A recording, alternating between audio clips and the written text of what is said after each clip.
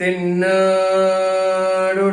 சிவனே போற்றி, எந்நாட்டவர்க்கும் இறைவா போற்றி.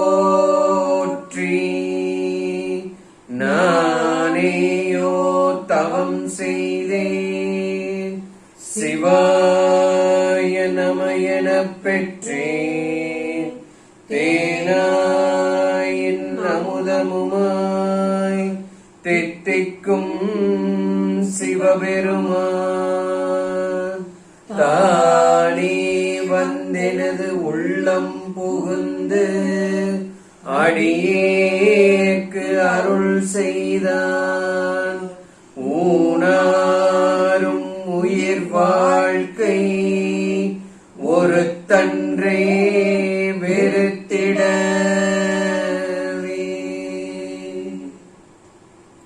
வணக்கம். நமச்சிவாய. நமச்சிவாய. அப்பரார் ஐயா வணக்கம். வணக்கம். நமச்சிவாய. அப்பரார் ஐயா ஐயா கேக்குதுங்க ஐயா, நீங்க பேசுறது எனக்கு கேக்குது. இப்பதான் எங்களுக்கு கேக்குதுங்க. எவ்வளவு நேரம் பிளாங்கா இருந்தது, மன்னிக்கணும். அப்படியா? சரி சரி சரி சரி. நானும் அதான் பாத்துட்டு. மத்தவங்களுக்கு எல்லாம் கேக்குதுன்னு சொல்றேன்.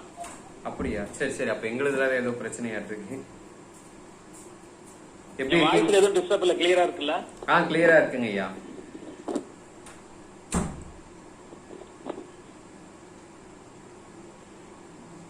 ஐயா என்னோட நான் பேசுறது வந்துட்டு தெளிவா கேக்குது இல்ல? தெளிவா கேக்குது. சரிங்க சரி சரி. கட்டுரைகளை வந்து சேர்ந்துட்டீங்களா இல்ல வந்துட்டு இருக்கா? வந்துகிட்டே இருக்குங்க ஐயா. வந்துகிட்டே இருக்கு. சரி சரி. இன்னைக்கு எல்லாருமே அப்ப வந்துட்டு இருக்கு. அப்ப எல்லாருமே எல்லாம் முன்னுரை எழுதி இருப்பீங்கல்ல கட்டுரைக்கு? எல்லாருமே இன்னைக்கு அதைய படிக்கலாம். ஏன்னா இனி இன்னும் ஒரு 3-4 நாள் தான் இருக்கு. ஆமாங்க ஐயா. அதனால வந்துட்டு நான் முழு கட்டுரையா கேட்கல. அவங்க எல்லாருமே முன்னுரை எழுதிருப்பீங்க. அந்த தலைப்புக்கான முன்னுரைய என்னோட தலைப்பை வந்துட்டு நான் மாத்திக்கிட்டேன். இப்ப திருவாசகத்தில் உவமை சிறப்புகள் அப்படின்னு சொல்லிட்டு என்னோட தலைப்பை மாத்திக்கிட்டேன். மத்தவங்க வந்துட்டு அந்த முன்னுரை மட்டும் ஒரு பக்க அளவுல தான் அதுக்கு வந்துட்டு ஒரு முன்னுரை எழுத சொல்றது, சுருக்கமா, ரொம்ப சுருக்கமா. அதனால வந்துட்டு எல்லாருமே எழுதாம இருந்தீங்கனாலும் கூட அந்த தலைப்பை ஒட்டி எல்லாரும் ஒரு முன்னுரைனா எப்படி இருக்கும் அப்படின்ற மாதிரி எல்லாருமே சொல்லலாம். தயாராகலீங்களா? இல்லைங்கய்யா. சமயம் இல்லையா நம்மளுக்கு? ரொம்ப குறுகிய காலம் தான் இருக்கு. நம்ம அதுக்குள்ள இது பண்ணுவோம்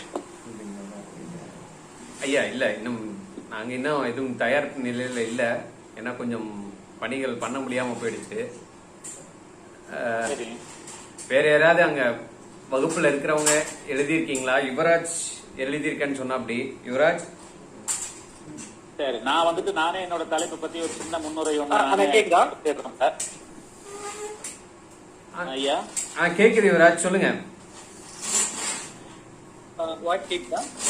கேக்குது கேக்குது, சொல்லுங்க.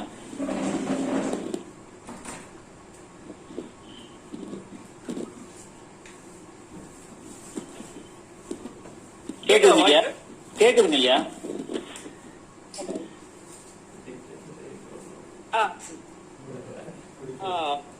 நான் வந்து திருவாசகத்தின் புலன் மயக்கம் ஒரு ஆய்வு அப்படின்னு சொல்லிட்டு இந்த டாபிக்.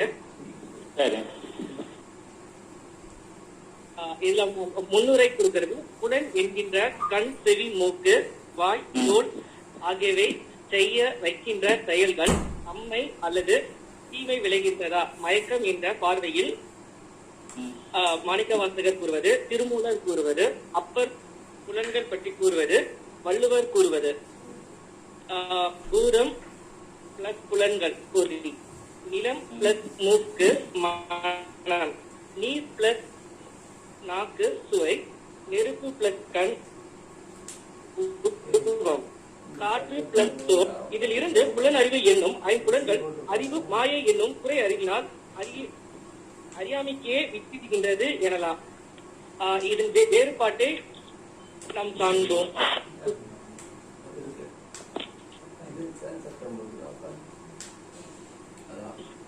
முன்னுரை இவ்வளவுதான் எழுதியிருக்கேன். அப்படிங்களா? சரிங்கய்யா, சரி. அதாவது வந்துட்டு நம்ம ஒரு ஒரு பக்க அளவுலையும் கூட நீங்க எழுதலாம். நீங்க அந்த தலைப்பை ஒட்டி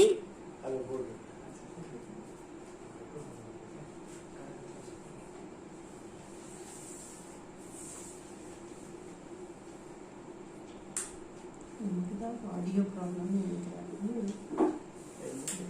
சரிங்களாங்க ஐயா. நீங்க எடுத்திருக்க தலைப்பை வந்துட்டு கட்டுரை அந்த 4 பக்கம் எழுதிட்டீங்க அப்படின்னா அதுக்கப்புறம் வந்துட்டு முடிவுரையோட சேர்ந்து 4 பக்கம், அதுக்கப்புறம் அடிக்குறிப்புகள் அப்படின்னா நீங்க பின்னாடி வந்துட்டு அதை எழுதிடலாம். அது ஒரு பக்கத்தில் வரும்னு நினைக்கிறேன். அந்த அளவுக்கு எழுதிக்கலாம். கொஞ்சம் விரிவா எழுதலாம் ஐயா, ஒரு பக்க அளவுக்கு எழுதலாம். ஆனா உங்க வாய்ஸ் சரியா கேட்கல. நெட்வொர்க் டிஸ்கனெக்ட் ஆகி கனெக்ட் ஆகுது.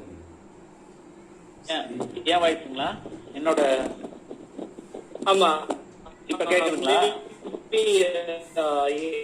ஆமா விட்டு விட்டு கேக்குது எனக்கு. ஓ சரி சரி சரி. அதாங்க ஐயா, நீங்க வந்துட்டு இன்னும் கொஞ்சம் விரிவு எழுதல. ஒரு பக்க அளவுல இருக்கலாம் உங்களோட முன்னுரை.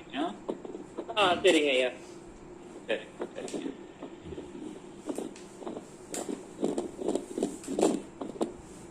வேற மத்தவங்க?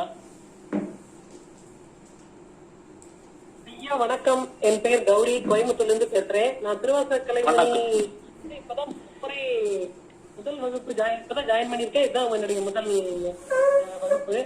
எனக்கு சரியான அறிவு கேட்கிறேன்.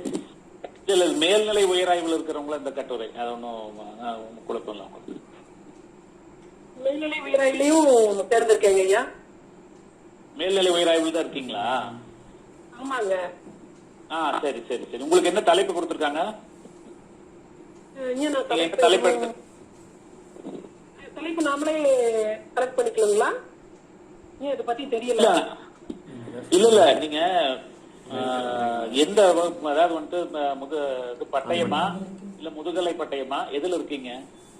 முதுநிலை பட்டயம் மற்றும் மேல்நிலை உயராய்வு ரெண்டுமே ஒரு சேர சேர்ந்திருக்கேங்க ஐயா. இல்லங்க, ரெண்டும் பண்ண முடியாது. ஏதாவது ஒண்ணுதான் இப்ப எழுத முடியும். அதான் என்ன முதல் நிலைனா நீங்க முதுகலையில தான் இருப்பீங்கன்னு நினைக்கிறேன். அவங்க தெளிவுபடுத்த சொல்லிடுறாங்க.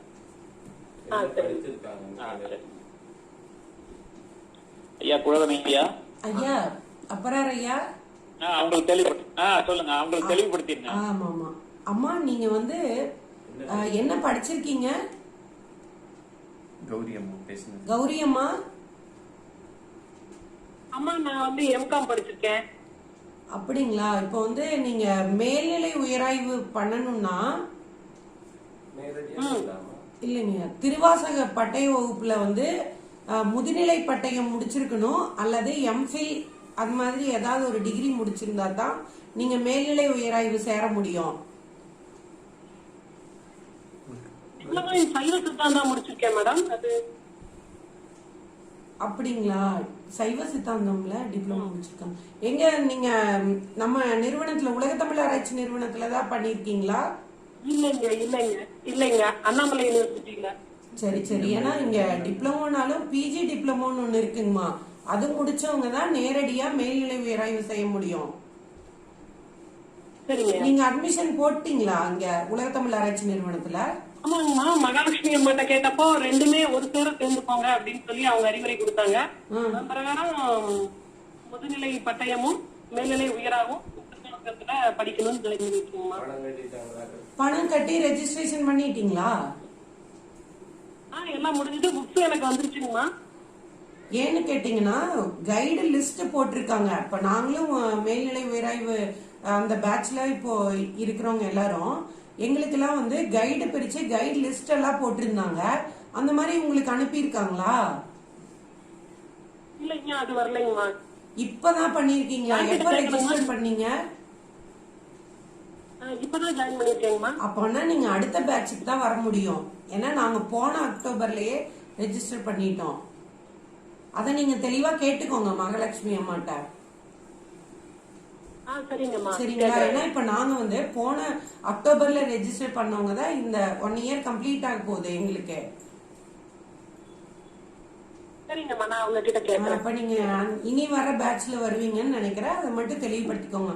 ஏன்னா எங்களுக்கு கைட்ல இருந்து எல்லாம் அலாட் பண்ணிட்டாங்க அவங்களே. அது மாதிரி சில ப்ரொசீஜர்லாம் முடிச்சிட்டாங்க. அப்போ நீங்க அடுத்ததுல வருவீங்கன்னு நினைக்கிறேன். இருந்தாலும் ஒரு வாட்டி கேட்டு தெளிவுபடுத்திக்கோங்க தேவா. சரிங்கம்மா. சரிங்க. ஆனா பாடத்துல வந்து நீங்க கலந்துக்கலாம், அது எல்லாருக்கும் பொதுதான். சரிங்க. சரிங்கம்மா. சரிங்கம்மா.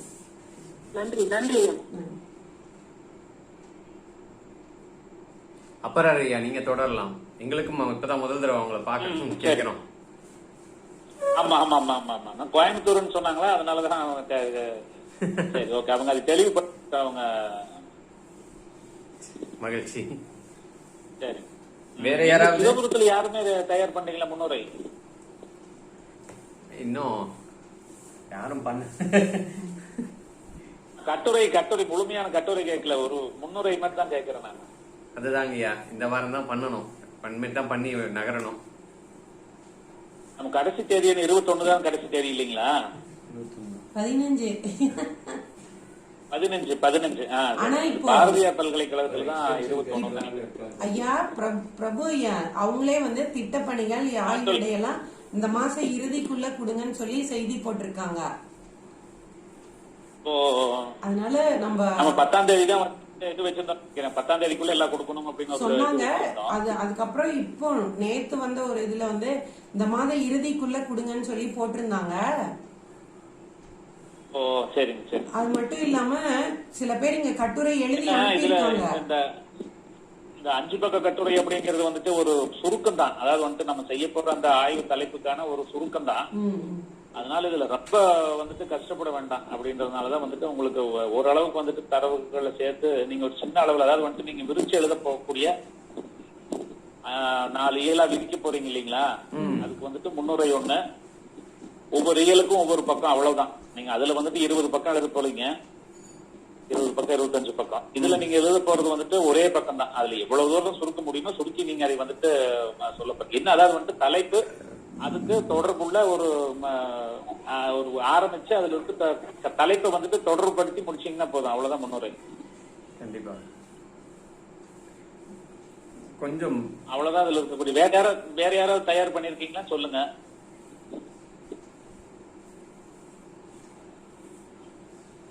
தாராளமா உங்க முன்னுரையும் இப்ப படிச்சு காட்டலாம்.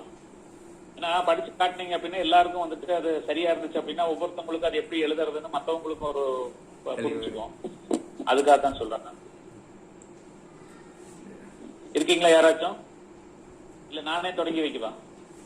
தொடங்கி வைங்க ஐயா. டக்குன்னு மாட்டிக்கிட்டீங்க.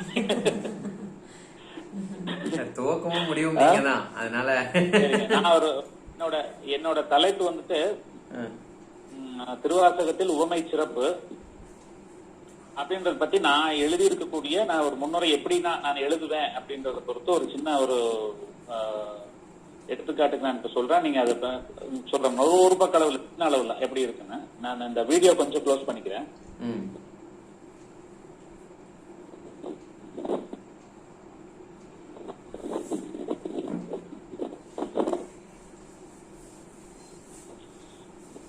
என்னுடைய தலைப்பு வந்துட்டு திருவாசகத்தில் உவமை சிறப்பு.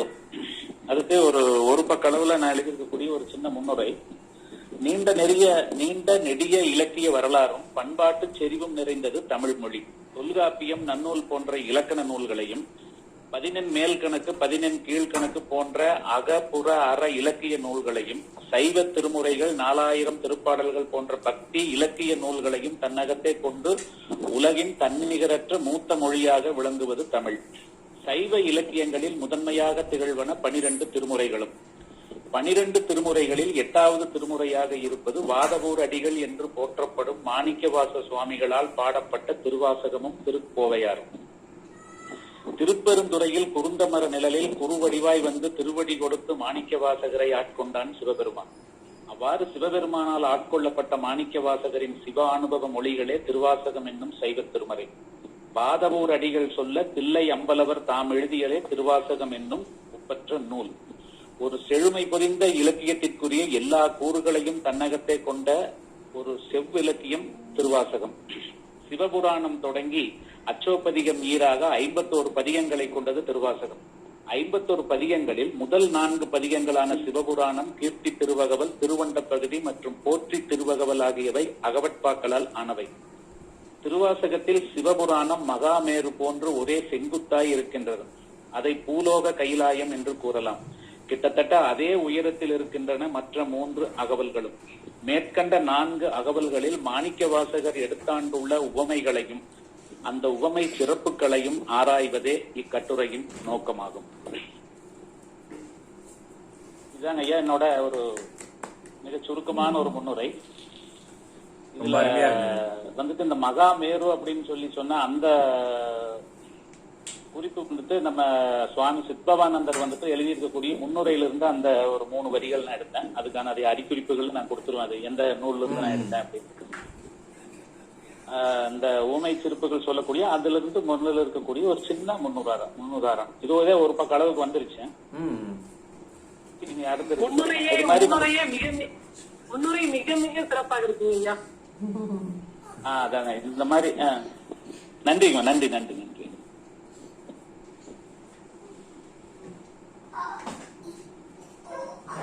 வேற யாராச்சும் முன்னுரை எழுதி இருந்தீங்கன்னா அதை பத்தி கொஞ்சம் சொல்லுங்க. எழுதிட்டேன், நான் கட்டுரை எழுதிட்டேன். முழுமையா அது படிக்க வேண்டாம். இந்த முன்னுரை மட்டும் ஒரு இதுக்கு நானே துவக்கி வைக்கணும் அப்படின்றதுக்காக நானே துவக்கி வச்சுட்டேன். எல்லாரும் பயப்படுறீங்க முதல்ல சொல்றதுக்கு, முன்னுரை சொல்றது. யார் இருக்கீங்க?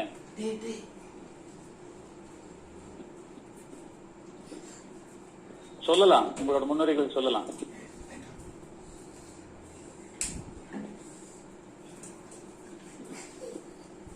ஐயா இருக்கீங்களா? மேல்நிலை உயராய்வில் இருக்கிறவங்க யாரும் என்னங்க யாருமே பேச மாட்டேன்றீங்க? சும்மா தப்பா சரியா ஏதோ இருந்தா சொல்லுங்க. நம்மளுக்கு காலம் வந்துட்டு ரொம்ப குறைவா இருக்கு. நம்ம இந்த 15 தேதிக்குள்ள வந்துட்டு இன்னும் 2-3 நாள் தான் இருக்கு. அதுக்குள்ள வந்துட்டு நம்ம கொடுக்கணும் இல்லைங்களா? அதுக்காக கேட்கிறேன். கண்டிப்பா கண்டிப்பா.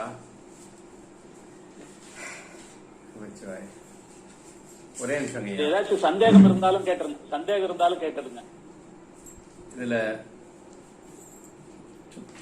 சுந்தரின்னு சொல்லிட்டு மேல்நிலை உயராய்வுல ஒருத்தவங்க அனுப்பியிருக்காங்க. அந்த கட்டுரையோட முன்னுரையை நான் படிக்கிறேன். என்ன தலைப்பு? அவங்களோட தலைப்பு திருவாசகத்திலும் பெரிய புராணத்திலும் பெண்மை ஓர் ஆய்வு. திருவாசகம் மாணிக்கவாசகர் சொல்ல சிவபெருமான் தானே தன் கைப்பட எழுதிய இறைநூல் திருவாசகம் ஆகும். இதில் மொத்தம் 658 பாடல்களும் 51 பதிகங்களும் உள்ளது. திருவாசகத்தின் மொத்த பதிகத்தில் உள்ள விளக்கம் சிவபுராணத்திலே அடங்கும் என்பது இதன் சிறப்பு. திருவாசகத்தை பொருள் உணர்ந்து படித்தால் நாம் இறைவனின் திருவருளை அடையலாம். திருவாசகத்தில் பெண்களுக்காகவே திருவெம்பாவை முதல் திருப்பொன்னூசல் வரை பாடப்பட்டுள்ளது. மாணிக்கவாசகர் 10 பதிகங்களிலும் பெண்களுக்கென தனியாக பாடப்பட்டது சிறப்பு வாய்ந்தது. பெரிய புராணம் இறைவனின் திருவருளை அடைந்த 63 நாயன்மார்களின் வரலாறுகளை தனித்தனியாக கூறுவது பெரிய புராணமாகும். இது சேக்கிழார் என்ற ஆசிரியரால் எழுதப்பட்டது. இதில் பெண்ணடியார்களாகிய காரைக்கால் அம்மையார், இசைஞானியார், மங்கையர்க்கரசியார் ஆகியவர்களின் வரலாறுகளை தனித்தனி புராணங்களாக அமைத்துள்ளார். இறைநெறியும் கடமையுணர்வும் கொண்ட அனைவரும் சங்கமம் இரண்டர கலத்தல் என்கிற சிவனடியார் அமைப்பில் உள்ளடங்கலாம் என்பதை பெரிய புராணம் காட்டும் பெண்கள் வரலாறு உணர்த்துகிறது. இது போல தொடர்ந்து எழுதியிருக்காங்க ஐயா. முன்னுரை அந்த மாதிரி எல்லாம் போடல.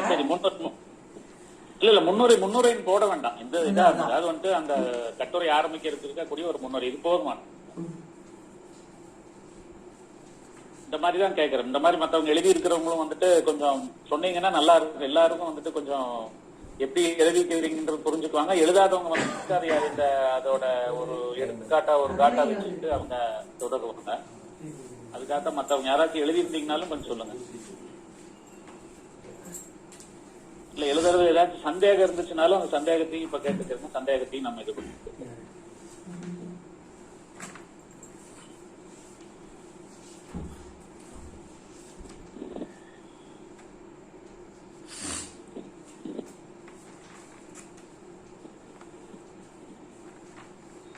அருளையா அழியான் அருளையா எழுதியிருக்காங்க. சரி. ஆழியான அருள் இல்லைங்களா? ஆழியான அருள், ஆமாங்க ஐயா. இறைவன் ஒருவனே என்ற திருவாசகத்தின் வழி நின்று நிறுவுதல், அதுதான் அவரோட ஆய்வு தலைப்பு. சரி. தென்னாடுடைய சிவனே போற்றி, எந்நாட்டவர்க்கும் இறைவா போற்றி, ஒருவனே இறைவன் என்பதை திருவாசகம் உணர்த்தும் பாங்கு. திருவாசகம் தோற்றம் முதல் இன்று வரை அது சார்ந்த ஒரு ஏடு கலை, அதில் சொல்லப்பட்ட மெய்ப்பொருளை உணர்ந்து தெளிந்து ஆய்ந்து அறிந்து பல்நோக்கு தரவுகளை ஆதாரத்துடன் சேகரித்து பல்நோக்கு சிந்தனையோடு சுய விருப்பு வெறுப்பை திணிக்காமல் தனித்துவ சொந்த நடையில் ஒரு தரப்பு மக்களுக்கோ மண்ணுக்கோ அல்லாமல் யாவரும் ஏற்கும் வண்ணம் உள்ளதை உண்மை வண்ணம் திருவாசகம் உணர்த்தும் வண்ணம் மெய்ப்பொருளை உணர்ந்து தொகுத்து வழங்குவதே ஆய்வு கட்டுரையின் நோக்கம். கருவில் பிறந்து உருவில் வளர்ந்து உணர்வில் கலந்து உலகம் உணர்ந்து பருவம் தொட்டு பக்குவம் அடைந்து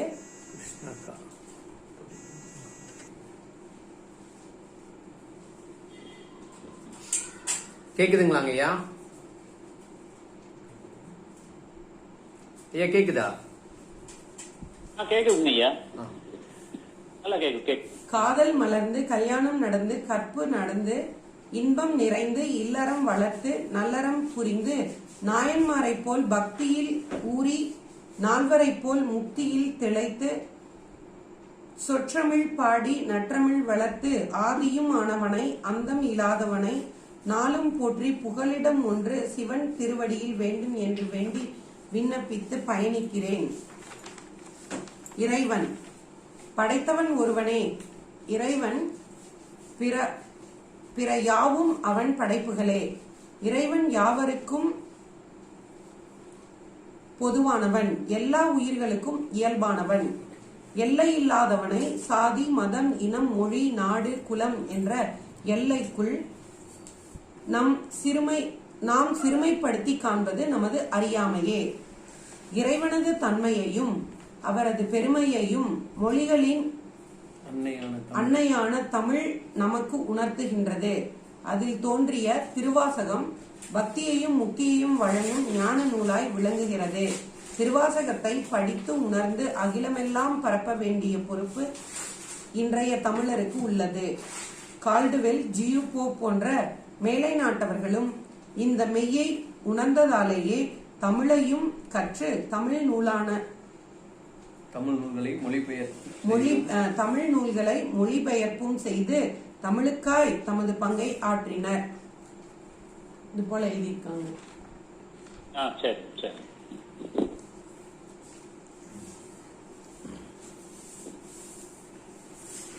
வேற யாராவது வேற இதுல இப்ப வகுப்புல இருக்கிறவங்க யாராச்சும் எழுதிருக்கீங்களாங்க ஐயா? ஐயா உயராய்வுல இருக்கிறவங்க யாரோ ஒருத்தர் பேசுங்க. தலைப்பு கிடைச்சவங்க.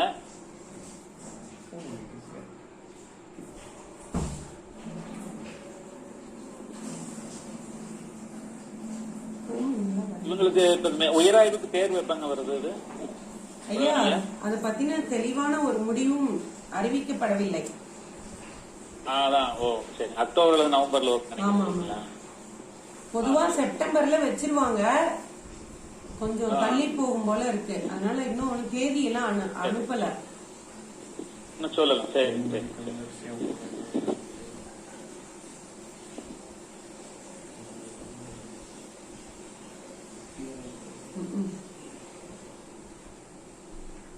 போன வரமே படிச்சாங்க.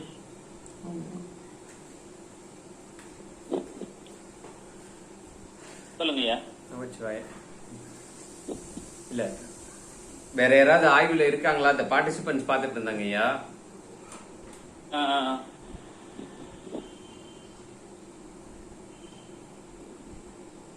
அவங்க இருப்பாங்களே, சுதந்திரா அப்படின்னு ஒருத்தங்க இருப்பாங்க. இல்ல நம்ம கோமையா இவங்க எல்லாம் இன்னும் இன்னைக்கு வரல வகுப்புக்கு வரீங்களா? பொன் சரண் அப்படின்னு ஒருத்தங்க இருப்பாங்க.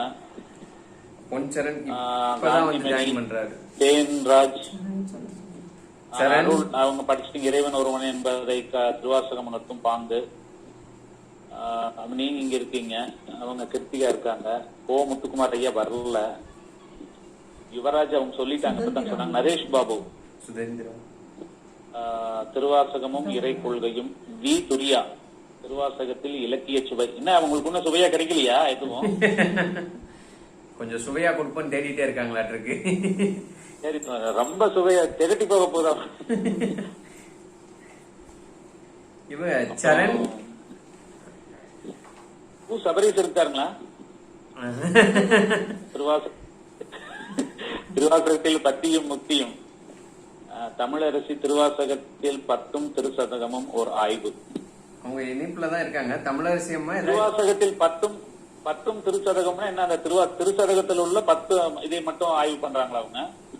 அந்த 10 தலைப்பில் இருக்கக்கூடிய அந்த 100 பாடல்கள் மட்டும்? ஆமாங்க ஐயா, தலைப்பு கூட தேன்மொழி தூய்மைக்கு மாணிக்க வாசகர் காட்டும் வழிமுறைகள். சுதந்திரா மாணிக்க வாசகர் கால சமுதாய நிலை. அவங்க 3 பேர் இணைப்புல தான் இருக்காங்க. இன்னும் இணைப்பில் இருக்கிறவங்க பேசுங்க. மேல்நிலை உயராய்வு இணைப்பில் இருக்கிறவங்க பேசுங்க. வணக்கங்க, நான் தமிழரசி போன வாரம் படிச்சு காட்டினீங்க. ஆமாங்க, அது முன்னுரை மட்டும் படிங்க. அந்த அது கொஞ்சம் நீங்க முழுமைப்படுத்திட்டீங்களா? கட்டோடி முழுமை எழுதியாச்சுங்க? முழுமைப்படுத்தி அமுச்சு கூட வச்சுட்டேங்க. ஓ சரிங்க சரிங்க. அப்ப அந்த முன்னுரை மட்டும் சொல்லுங்க. திருத்தத்துக்கு அனுப்பி வச்சிருக்கேன். சரிங்க சரிங்க. முழுமை எழுதி நான் முன்னுரை மட்டும் படிச்சு காமிச்சிட்டேன். நான் பரவாயில்ல, இன்னொரு டைம் படிங்க, தப்பு இல்ல. ஒரு நிமிஷம் எடுத்துட்டு எடுத்துக்கோங்க எடுத்துக்கோங்க எடுத்துக்கோங்க.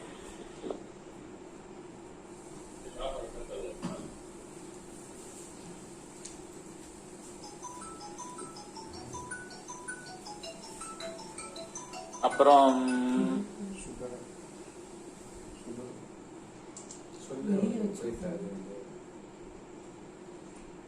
சுதந்திர மாணிக்க வாசகர் காலத்து சமுதாய நிலை. அது அஜெண்டா. திருவாசகத்தில் நாய் சொல்லாட்சி அஜெண்டா.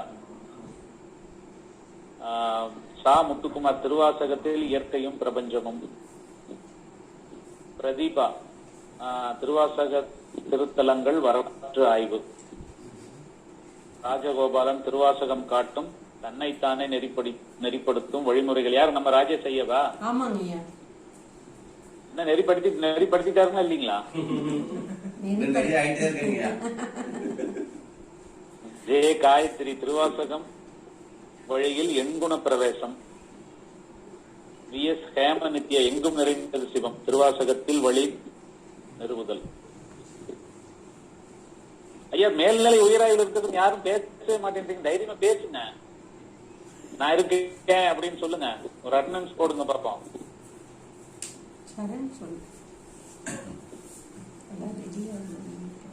பொன் சரண் அப்படின்னு இருக்காரு, அவரு இணைப்புல தான் இருந்தாரு. சரண் இருக்கா? அப்படியாவா? பொன் சரண் இருக்கார். நமச்சிவாய சொல்லுங்க ஐயா, உங்களோட தலைப்பு என்ன?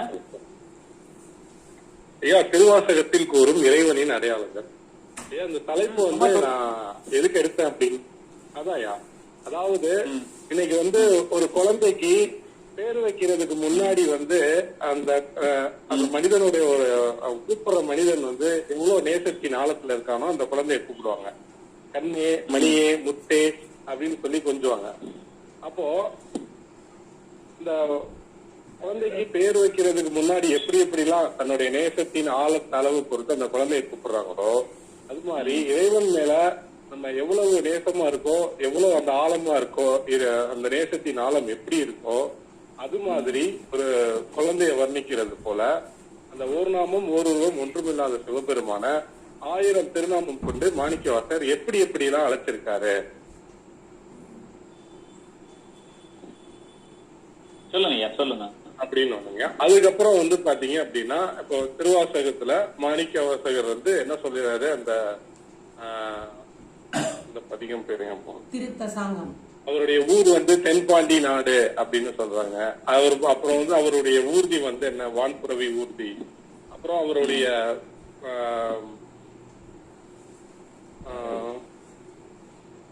பறை, பெயர், அவருடைய அது சரி, நீங்க ஒரு முன்னுரை மாதிரி எழுதிருக்கீங்களா, கட்டுரை எழுதிட்டீங்களா? என்ன எழுத ஆரம்பிச்சிருக்கேன் ஐயா. முன்னுரை எழுதிட்டீங்களா? முன்னுரை எழுதலைங்க, எழுத ஆரம்பிச்சிருக்கேன் ஐயா. சரி, முன்னுரை இருந்துச்சுன்னா நீங்க அது ஒரு முன்னுரை எப்படி எழுதுவீங்க, இதுக்கு சும்மா சொல்லுங்களேன். முன்னுரை எப்படி எழுதுவீங்க? அது 3 விதமா எழுதலாம்னு இருக்கேன். 3 விதம். அதாவது எப்படி வந்து ஏதோ ஒரு விதம் மட்டும் சொல்லுங்க. ஏதோ ஒரு விதம் மட்டும் சொல்லுங்க. வந்து இறைவன் வந்து இந்த சம்பிரதாயம் அதெல்லாம் வந்து இறைவன் வந்து சாஸ்திர சம்பிரதாயங்களுக்கு அப்பாற்பட்டவர் அப்படின்னு சொல்லி ஒரு இதெல்லாம் இருக்கேன்.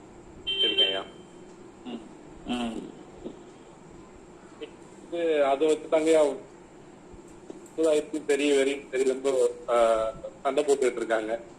அதனால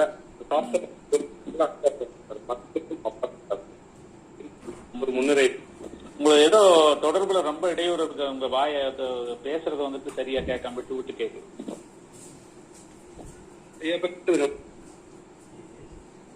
இப்பவும் இல்ல, இப்பவும் கொஞ்சம் விட்டு விட்டு தான் கேக்குது. இப்ப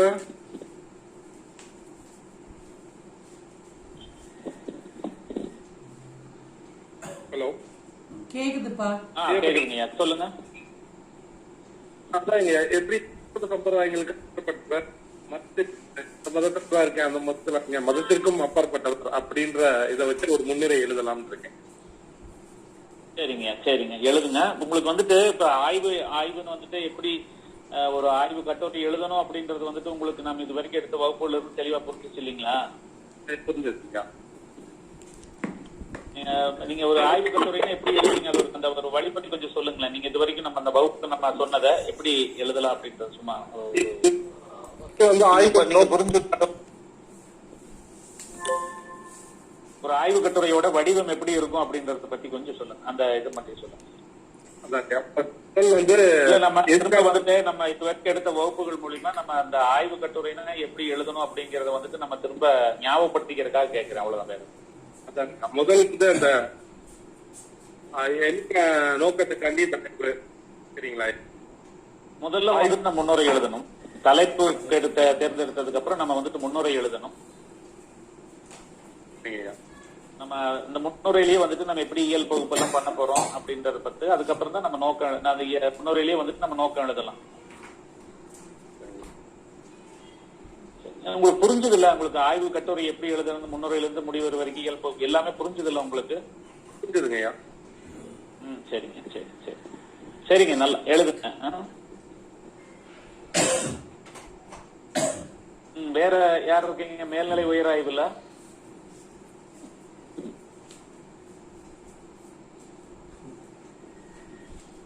எதுக்கு முன்னுரை சொல்றேன்னா, ஒரு தலைப்புக்கு வந்துட்டு யாரும் எப்படி எப்படி எழுதுறீங்க அப்படின்னு சொல்லி தெரிஞ்சுட்டாங்கன்னா எழுதாம இருக்கிறவங்க அதுக்கு தகுந்த மாதிரி எழுதுறதுக்கு வந்துட்டு ஒரு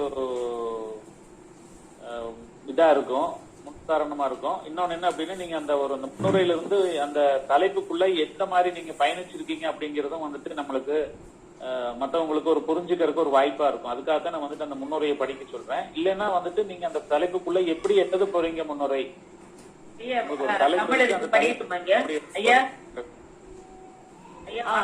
சொல்லுங்கம்மா, சொல்லுங்க. வணக்கம் வணக்கம், சொல்லுங்க சொல்லுங்க. படிங்க படிங்க. திருவாசகத்தில் 10ம் திருச்சதகம் ஒரு ஆய்வுன்னு சொல்லும்போது ஐயா என்ன சொன்னாரு, ஒரு 10க்கள் வந்து 19 இருக்குல்ல, 10க்களா இருக்கு, தலைப்பு இருக்கு. அதை பத்தியும் திருச்சதகத்துல 10 கொடுத்திருக்கிறாரு, அதை பத்தியுமா ஒரு ஆய்வா எடுத்துங்க அப்படின்னு சொன்னாரு ஐயா. தலைப்பு ஐயா தான் சொன்னாரு, திருவாசகத்தில் 10ம் திருச்சதகம் ஒரு ஆய்வு அப்படின்னு சொல்லி சொன்னாங்க. இந்த 500 10 வகுத்திருக்காங்க, அதெல்லாம் கொஞ்சம் முன்ன இதை கொடுங்கன்னாரு. ஆனா நான் இப்ப திருச்சதகத்துல இருக்கிறது மட்டும் எடுத்துக்கிட்டு சொன்னேன். இப்ப நான் எழுதிருக்கேன். நான் என்ன சந்தேகம் என்ன கேட்டேங்கன்னா, நான் வந்துட்டு அந்த திருச்சதகத்துல வந்துட்டு ஒரு 10 வந்துட்டு 100 பாடல்கள் இருக்கும் இல்லீங்களா? அதுதான் 10 நினைச்சிட்டு, அதனாலதான் அந்த தலைப்புக்கு வந்துட்டு ஒரு அதை தெளிவுபடுத்துங்க அப்படின்னு சொல்லி சொன்னதா. இப்ப புரிஞ்சிச்சுங்க. சொல்லுங்க, நீங்க மேல நீங்க எழுதியிருக்கிற முன்னாடி சொல்லலாம். இப்போ வந்து நான் திருச்சதகத்தை மட்டும் இப்ப எடுத்துக்கிட்டேங்க. இப்போ சரி, அதை பத்தி சொல்றீங்க. தொல்லையிலும் பிறவி சூழும் தலை நீக்கி அல்லல் அறுத்து ஆனந்தத்தை ஆக்கி எல்லை மறுவா நெறியை மாணிக்க வாசக பெருமான் அருளுவது திருச்சதகத்தில் 10 கூறும் திறம் நம்மை பற்றாக செய்து பற்றறச் செய்ய கூறும் வழிமுறைகளை நமக்கு பற்றிக் கொள்ளும் பற்றாக 10 அமைகிறது. திருச்சதகம் முழுமையும் பத்தி வைராக்கிய விசித்திரம் என்ற பெயர் பெற்றிருக்கிறது. பத்தி என்பது இறைவன் மீது கொண்ட அன்பையும், வைராக்கியம் என்பது பற்றற்ற தன்மையையும் வெறுப்பையும் உணர்த்தக்கூடியதாகும். பத்தியையும் வைராக்கியத்தையும் உணர்த்தும் சொற்களோடு கூடிய உணர்வுகளை வெளிப்படுத்தி காட்டுகிறது என்று கூறலாம். சதகம் 100 பாடல்களை கொண்டு அந்தாதி தொடையாக பாடப்பட்டது. திரு தெய்வத்தன்மை வாய்ந்தது. 10 பாடியதால் 10 அந்தாதி எனவும் கூறுவர். திருவாசக பாடல்களை 2 வகையாக பிரிக்கலாம்.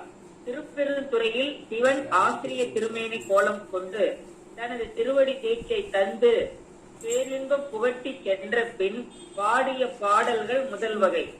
தனக்கு திருவடி தீட்சை தர வந்தவர் சிவன் என்பதை உணர்ந்தும் அகமகிழ்ந்தும் பேரானந்தம் கொண்டும் அவன் அருள் பெற்றும் அவனோடு செல்ல முடியாமல் இருந்த நிலை தான் பக்குவப்படாத நிலை கொண்டதால் தான் இறைவன் காட்டிய திருவடியை தக்க வைத்துக் கொள்ளாது தவற விட்டு விட்டேன் என்று மீண்டும் உலக வாழ்க்கையில் அகப்பட்டு மீள முடியாமல் மனம் இறங்கி வருந்தி பாடியவை 2ஆம் வகை என்று கூறலாம்.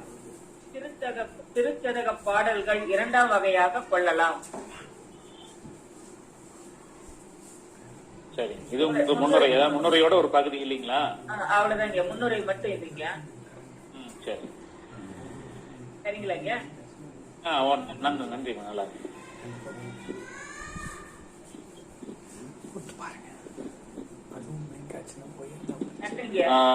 நன்றிங்க. நமச்சிவாயம். மத்தவங்க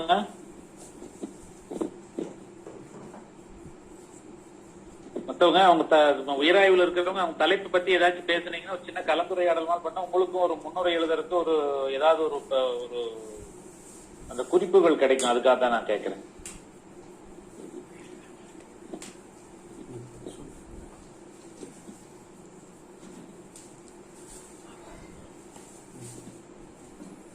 மேல்நிலை உயராய்வில் இருக்க மாணவர்கள். ஐயா, இந்த திருவாசகத்தில் பத்தியும் முத்தியும் தான் தலைப்பு நான் எடுத்திருக்கிறது.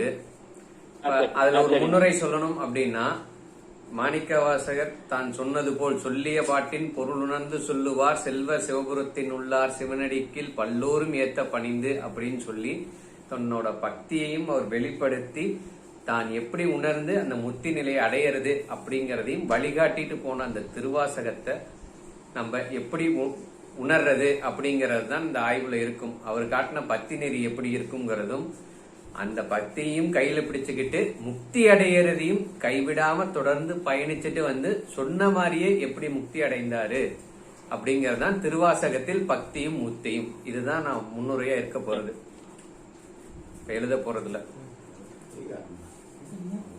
நான் எதுக்கு எல்லாரையும் இப்படி கேட்கிறேன் அப்படின்னு சொன்னா, நம்ம இவ்வளவு நாள் வந்துட்டு இந்த ஒரு ஆய்வியல் முறைகள் என்ன அப்படிங்கறது வந்துட்டு நம்ம கிட்டத்தட்ட ஒரு 7-8 வகுப்புல தொடர்ந்து நம்ம பார்த்திருக்கோம். கண்டிப்பா. இன்னைக்கு வந்துட்டு நீங்க இப்ப மேல்நிலை உயராய்வுல கிட்டத்தட்ட 24 பேர் இருக்கிறதுனால எல்லாரும் எவ்வளவு தூரம் புரிஞ்சிருக்கீங்க. நம்ம இப்ப ஒரு சின்ன கட்டுரை தான் எழுத போறோம். ஒரு 5 பக்க அளவு கட்டுரைக்கு தான் நம்ம தயார் பண்ண போறோம். அதனால எந்த அளவுக்கு நீங்க புரிஞ்சிருக்கீங்க அப்படின்னு தெரிஞ்சுக்கிறதுக்காக தான் வந்துட்டு எல்லார்ட்டையும் வந்துட்டு நான் பேச சொல்றேன். புரியுதுங்க. இனி அடுத்து முழுமையா, அதாவது வந்துட்டு அந்த கட்டுரை வந்துட்டு ஆய்வு ஏடா நம்ம எழுதும் பொழுது நம்ம இதைத்தான் நம்ம இப்ப இருக்கக்கூடிய நீங்க சுருக்க வடிவில் எழுத போறத வச்சு எழுத போறீங்க. ஆமாங்க ஐயா. இதை வந்துட்டு நம்ம ஒரு சுருக்க வடிவம், இதை வந்துட்டு நீங்க தூரம் நீங்க அந்த ஆய்வியல் முறைகளை வந்துட்டு நீங்க புரிஞ்சிருக்கிறீங்க. அப்ப நம்ம வந்துட்டு இதுக்கு என்ன தரவுகளை நீங்க தலைப்பு எல்லாருக்கும் கிடைச்சாச்சு. தலைப்பு எல்லாருக்கும் கிடைச்சதுக்கு அப்புறம் வந்துட்டு அதுல முன்னுரை எழுதணும். ஒரு தலைப்புக்கு வந்துட்டு ஒரு முன்னுரை எழுதணும். அப்ப முன்னுரை எப்படி எழுதுவீங்க, அந்த முன்னுரை எழுதுனதுக்கு அப்புறம் அதோட நோக்கம் என்ன, தரவுகள் வந்துட்டு எப்படி எடுப்பீங்க, உங்க தலைப்பு தொடர்பான தரவுகளை நீங்க எப்படி சேகரிப்பீங்க. அதாவது வந்து தரவு வந்துட்டு 2 வகையான தரவுகள் இருக்கு. அதாவது வந்துட்டு முதன்மை தரவுகள், இரண்டாம் தரவுகள். அப்ப முதன்மை தரவுகள் அப்படிங்கிறது வந்துட்டு நீங்களா, அதாவது வந்துட்டு புதுசா நீங்க கள ஆய்விலையோ உங்களோட ஆராய்ச்சியிலையோ நீங்க முழுமையா முதல் தர தரவுகள். இரண்டாம் நிலை தரவுகள்ல ஏற்கனவே இருக்கக்கூடிய கட்டுரைகள், ஏற்கனவே உரையாசிரியர்கள் எழுதி இருக்கக்கூடிய உரைகள், இதுல இருந்து வந்து எடுக்கக்கூடிய தரவுகள். இதுல நீங்க எப்படி தரவுகள் சேகரிக்க போறீங்க, தலைப்பு வந்தாச்சு, தலைப்புக்குள்ள கட்டுரை எழுத போறீங்க, எப்படி நீங்க வந்துட்டு தரவுகள் சேகரிக்க போயிட்டு இந்த சின்ன அளவுல வந்துட்டு நீங்க எப்படி அப்படின்றத இதுக்கு வந்து ஒரு முன்னோட்டம் மாதிரி செய்ய போற ஆய்வு, நம்ம கொடுக்க போற ஆய்வேட்டுக்கான ஒரு முன்னோட்டம் மாதிரி இந்த துறை. கண்டிப்பா அதுக்காக இந்த ஒரு முன்னுரை அப்படிங்கிறது எப்படி எழுதணும், தயவு செஞ்சு யாரும் பயப்படாதீங்க. பயம் ஏதாச்சும் மனசுல பயத்தை ஃபுல்லா விட்டுடுங்க. இப்ப குழகன் ஐயா சொன்ன மாதிரி நல்லா திடீர்னு அவருக்கு தைரியம் வந்துருச்சு, அதனால சொல்லிட்டாரு. அது மாதிரி எல்லாரும் மாதிரி ஒரு தைரியத்தை வர வச்சுட்டு எல்லாரும் சொல்லிட்டீங்கன்னா நல்லா இருக்கும். ஆசிரியர் திரும்ப திரும்ப கேக்குறாரு, சரி சொல்லிடுவோமே அப்படின்னு சொல்லிட்டு. அப்புறம் ஐயா, ஆமா சொல்லுங்க. அந்த திறனாய்வு நோக்கில் ஜியு போப்போட அந்த மொழிபெயர்ப்பை வந்து நம்ம எப்படி பாக்குறோம் அப்படின்னு சொல்லி எடுத்திருக்கிறோம் இல்லைங்களா, அத வந்து எந்த அடிப்படையில எடுத்துட்டு போறோம் அப்படின்னா, சைவ சமய நூல்களை வந்து 2 வகையா பிரிப்போம். ஒன்னு தோத்திரம், இன்னொன்னு சாத்திரம். தோத்திரம் வந்து அன்பின் அடிப்படையிலானது, சாத்திரம் அப்படிங்கறது வந்து அறிவின் அடிப்படையிலானது. இதுல திருவாசகம் வந்து இந்த தோத்திரம் சாத்திரம் அந்த 2ஐயும் சமநிலையில் கொண்டு, அதாவது அன்பின் வழி அறிவின் வழி 2ஐயும் வந்து சமநிலையில் கொண்டு இறையுணர்வோடு பொருந்தி, எப்படி சொல்லிய பாட்டின் பொருளுணர்ந்து சொல்லுவார் செல்வர் சிவபுரத்தின் உள்ளார் சிவனடிக்கீழ்னு, அந்த அறிவு வந்து எப்படி அன்பு வழிபட்டு அவரோட கலந்து அவர் அடைய துணை புரியுது அப்படிங்கறத தான் இந்த பேச அடிப்படையா வச்சு, அதாவது சாத்திரமும் தோத்திரமும் இணைந்து இறையுணர்வோடு கலக்க செய்யக்கூடிய ஒரு மெய்ஞான நூல் திருவாசகம் அப்படிங்கிற அந்த அடிப்படையை வச்சுதான் ஜியு போப்போட அந்த டிரான்ஸ்லேஷனோட ஒப்பிட்டு நம்ம இத திறனாய்வு செய்ய போறோம். இப்படிதான் முன்னெடுக்கலாம்னு இருக்கேங்க ஐயா. நல்லா நல்லா, அதான் அப்படி எல்லாரும் அந்த தலைப்பு பத்தி எதனாச்சும் இப்படி சொன்னீங்கன்னா தான் நீங்க அதுக்குள்ள பயணிச்சுட்டு இருக்கீங்க அப்படின்னு தெரியும். அதாவது குழகன் ஐயாவுக்கு ஒரு சின்ன ஒரு இது ஒன்று சொல்லணும். அதாவது வந்துட்டு இந்த நம்ம பேச்சு வழக்கில் சொல்லுவாங்க ஐயா அப்படின்னு, வந்துட்டு என்ன பேசினாலும் குத்தம் எடுத்துக்கிறாங்க அப்படின்னு சொல்லி, குத்தம் அப்படின்னு சொல்லி சொல்லுவோம் இல்லைங்களா? இல்ல சொல்றேன் சும்மா, குத்தம் அப்படின்னு அது எப்படி, குத்தம் அப்படிங்கறது என்ன, குற்றம். குற்றம் தான் வந்துட்டு அது அப்படியே அந்த வந்துட்டு அந்த இட்டு வந்துட்டு இத்தா மாதிரி இதாகும். அப்ப வந்துட்டு பத்தி அப்படிங்கறது வந்துட்டு பற்றா இருக்கும் தானே, பற்று தான் வந்துட்டு பத்தியா மாறி இருக்கணும் தானே. அப்ப முற்று அப்படிங்கறது வந்துட்டு தானே முத்தியா மாறி இருக்கணும் தானே.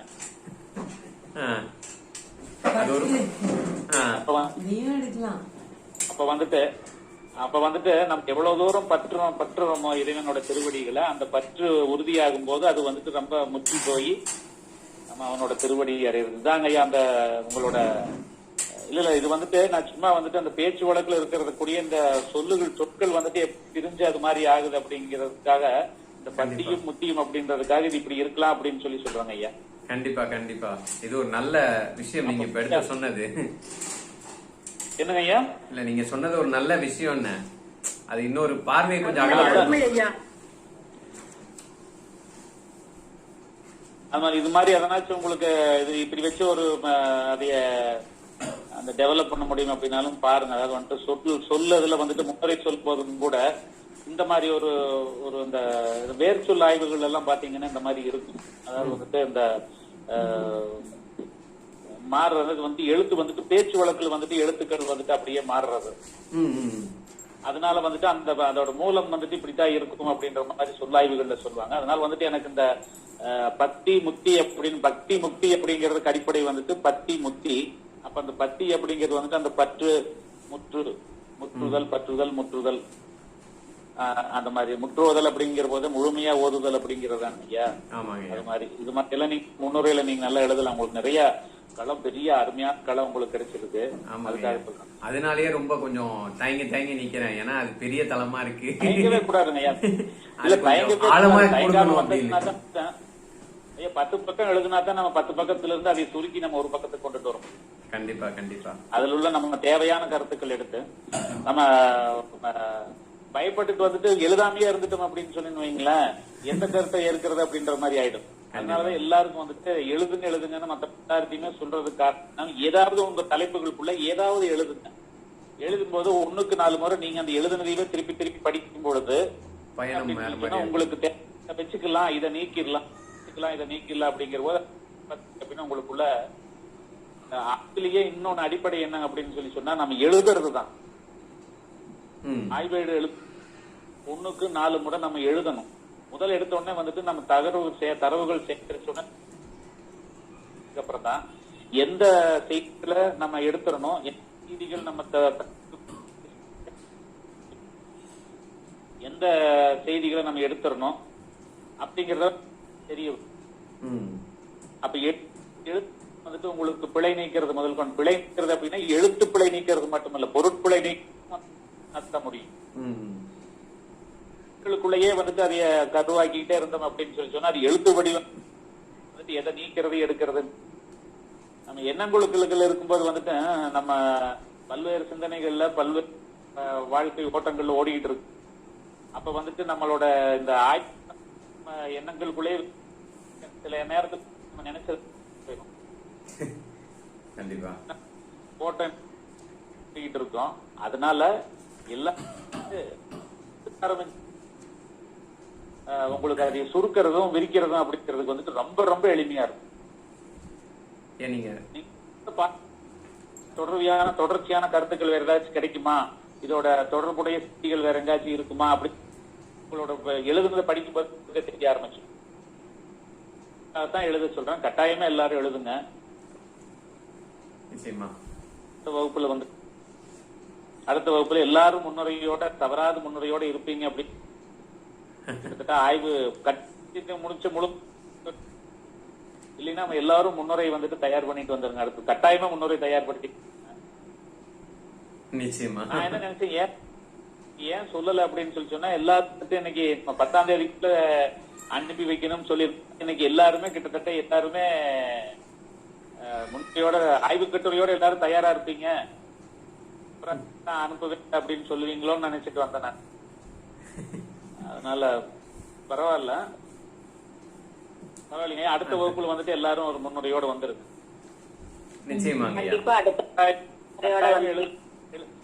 எழுதுனவங்க வந்துட்டு ஒரு முறை போன்லயும் கூட படிச்சு காட்டலாம். எழுதிட்டீங்க அப்படின்னா முடிச்சுங்க. சரிங்க, நம்ம இப்ப இந்த வகுப்பு முடிச்சுக்கலாமா? நீங்க சொல்றீங்களா? சரிங்க. ஒரு சந்தேகம் ஐயா. சொல்லுங்க. 5 பக்கம் கட்டுரை முன்னுரை, ஆய்வு தலைப்பு, ஆய்வு நோக்கம், ஆய்வு எல்லை, ஆய்வு அணுகுமுறை, இத்தனை தலைப்பும் கொடுக்கணும் இல்லையா 5 பக்க கட்டுரைக்கு? இல்ல இதுக்கு அதெல்லாம் எதுவுமே வேண்டாம். சரி. தலைப்பு பத்தின ஒரு நான் முன்னுரை எதுக்கு கேட்கறேன் அப்படின்னா, உங்க தலைப்பு பத்தி நீங்க என்ன அந்த 5 பக்கத்துக்குள்ள எழுத போறீங்கன்றதுக்கு தான் ஒரு பக்கத்துக்குள்ள அந்த முன்னுரை பத்தி நான் எழுத சொன்னேன். சரி. இதுல நோக்கம் எல்லாம் எதுவுமே வேண்டாங்க. நீங்க வேணா ஒவ்வொரு வரியில சொல்லிட்டு போலாம். என்னோட எல்லையாதை வச்சுக்கிறேன் இந்த கட்டுரைக்கு அப்படின்னு சொன்னா, இது கட்டுரையோட நோக்கமா இருக்கு அப்படின்னு சொல்லிட்டு அந்த ஒவ்வொரு வரி சொல்லிட்டு போலாம். ஆய்வு பிரிவா நம்ம எழுதிக்கலாம்.